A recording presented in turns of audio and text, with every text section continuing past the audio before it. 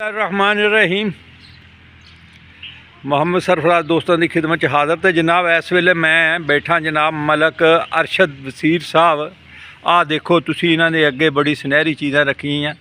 इन्हों कहते कई तरकोने कहते कई डकानू कहते कोई कुछ होर भी कहते होणगे। धरेक नूं बकैण नूं लगदे। ये बड़ी मुफीद चीज़ है जी।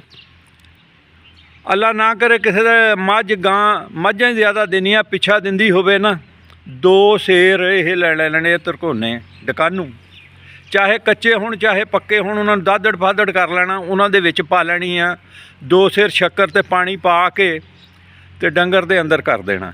पिछा मारनों भी हट जू, बल्कि सारी उम्र लई अल्लाह दी मेहरबानी नाल हट जू। ये तो इलावा ये बड़ी मुफीद चीज़ है जी। ये इस तरह तोड़ लेने इन्हों हुण दादड़ फादड़ करके ते फिर ना इन्हों छेक सिर लै लैने, चाटी च पा लैने, चाटी पानी की भर लैनी, दो सिर विच लूण पा देना, कोई 2 हफ्ते उन्होंने भिजे रहन दिओ। जिसले गल जाण फिर हत्थ दे नाल मल के नाल डंगरां नूं दिओ।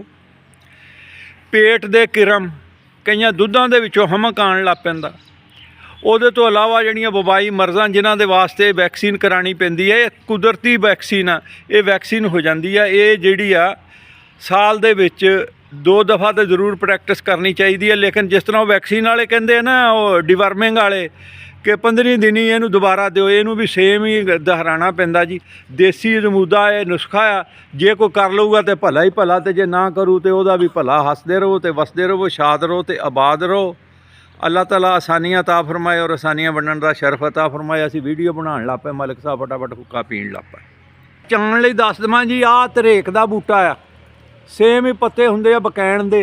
बकैण जिहड़ी हुंदी आ वो छतरी वाली हुंदी आ, धरेक आ तुसीं देख लो इदां ही जांदी है। कर लो आ निम आ, निम दियां नमोलियां हुंदियां, उन्हां ते कदे फिर वीडियो बना लांगे।